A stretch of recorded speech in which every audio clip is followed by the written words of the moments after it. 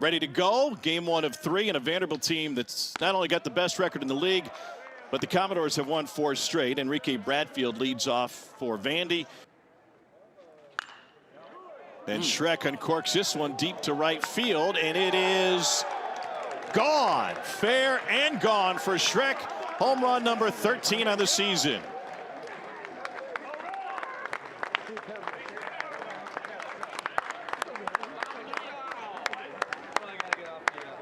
Vandy hasn't flashed a ton of juice this season. 11th in the 14-team league in home runs. But Schreck flexed all over that one. I mean, this is just a 3-iron out to right field, Tommy. A 4-seamer trying to get it away, and that one is down and in. And Jarvis pounds it into the grass, and an error by the second baseman, R.J. Austin.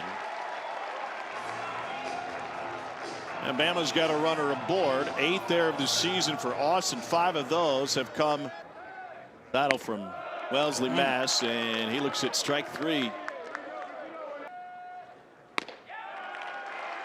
And ball 4, Holton lost his footing. But that was paired with 5 strikeouts in a 2-for-13 weekend. And he takes this one the opposite way, gets through. Jarvis will advance to third, and Bama's loaded the bases with 1 out.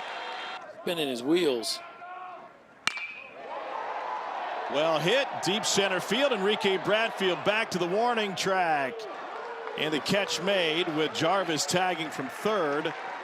He'll score to tie the game on a sac fly from Dominic Temez. Freshman left-handed hitter in this league. Breaking ball pulled to the right side. They got the shift on. Only need 1. And that'll do it. No student athletes were implicated in it, and there were no allegations that the game in question last Friday's LSU game in Baton Rouge was manipulated in any way. Pitch to Parker Nolan with 2 out. And he rips that one into the glove. David, we certainly appreciate your time. That one clipped him. I would imagine, though, kind of like Corbs discovered Holton as, quote, at peace with himself. Smothered at third to second for 1. Austin a hair late to first. He also talked about Davis Diaz making the move to third base because, quote, but obviously from different sides of the mound. Curve to the left side, bobbled and gets through. Both Diaz and Bastine had a chance at it. Well, out there in that shortstop area. 4-pitch walk to Tommy Seidel. This is a huge at-bat in the game. And Pinckney drives it deep to left field. Polk back to the fence. It is gone, and Alabama's got something to cheer about. A second-inning grand slam for Andrew Pinckney.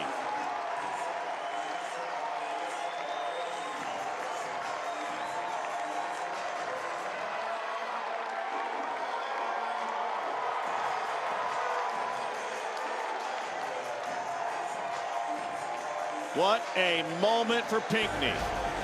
Get the barrel to the top of the zone and let it fly. Andrew Pinckney giving the home crowd something to cheer about. And the Tide are fired up. What a big swing of the bat.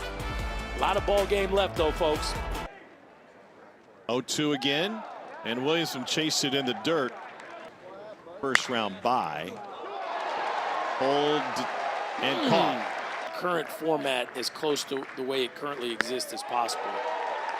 Just because of the incredible sort of single elimination deal, I just don't think it'll be the same. Grounded to second where Ed Johnson finds it, and it's a 1-2-3 frame. In the mix, right? There's another 10 teams that aren't on that graphic that if they get hot could get in the picture. A banged up South Carolina team that lost a home series to Auburn this past weekend. And Johnson swings at the first, little nubber, and it gets by Nolan with a spin, and Austin's recovery's not in time. Caden Rose reached on a fielder's choice last time up.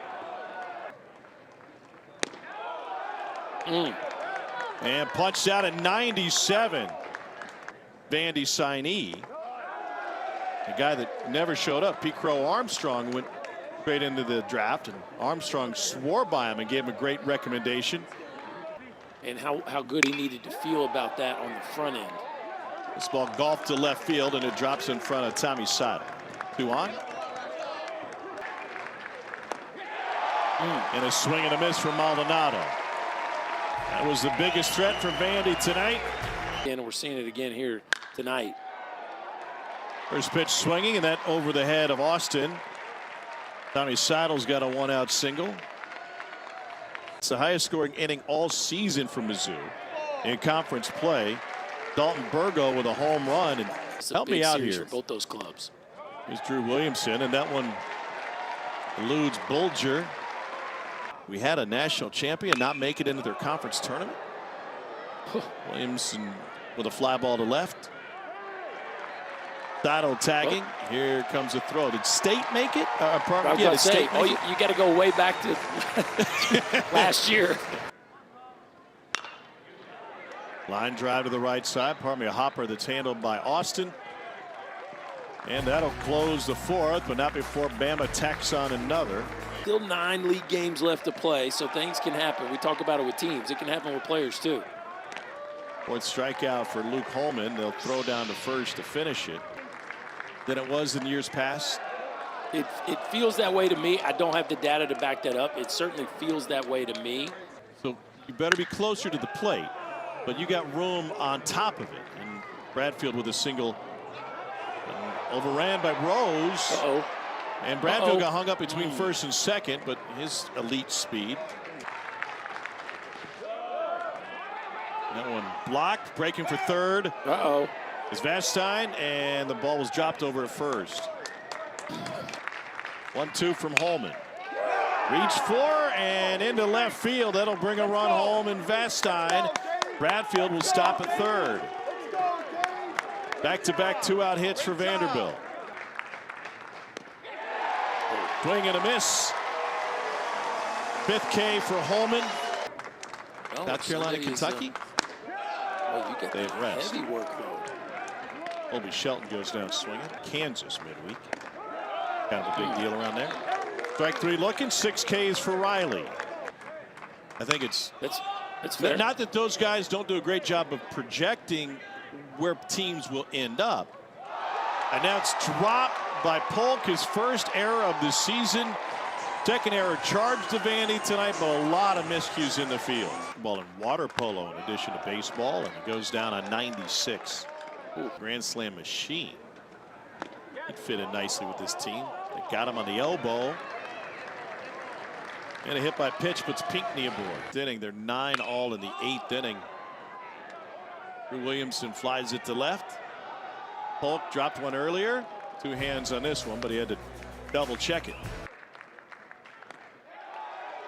Nolan goes down swinging. Yeah, and, you know, Jason Jackson been around. A lot of processing. Wow. 98-mile-an-hour fastball for Luke Coleman. A 9-pitch 7th game behind Mississippi State for that last spot. Ooh. This ball is touched deep left field. Gone. Ed Johnson, simple name, big bat.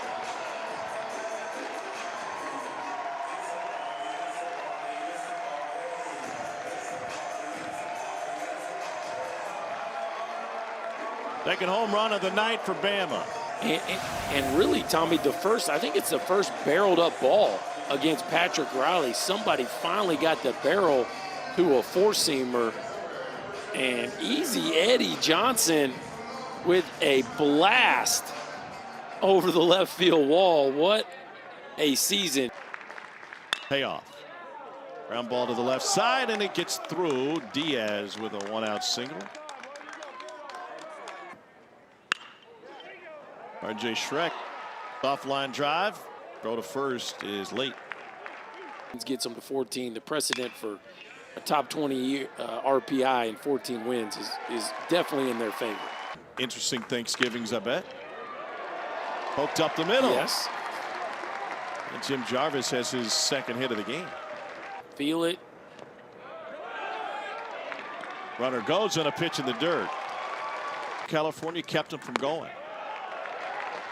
Ball 4. Junior play much in Como, Tommy. Yeah, tell me about it. Tell Conzo about it. Bounce over the head. Here comes Jarvis to score. And an RBI for Pinckney, who is driven in 5 tonight.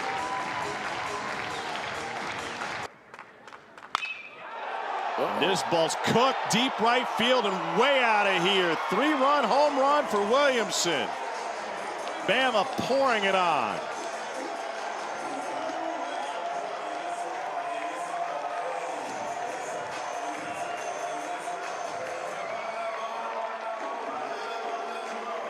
Wow.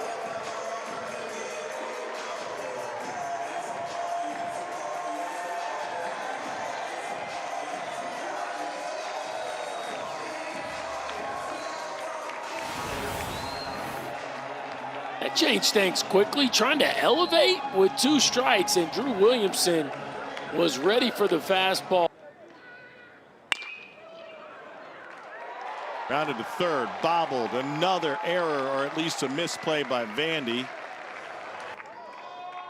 And time called. Oh, that's a ball. Wow. And that's ball 4. And for freshman, man, that's a tough adjustment. Deep into right field. Trek camped underneath it. Catch made, tagging from second is Williams. Youth coaches. Strikeout sends us to the 9th. Gave them the breathing room they needed to go ahead and pull the plug. And, oh, boy. Swing and a miss. 1-0. Pull to the right side. Chance for 2. Bobbled. Shuffle for 1. And that's all they'll get. Good recovery by Ed Johnson to get the lead runner.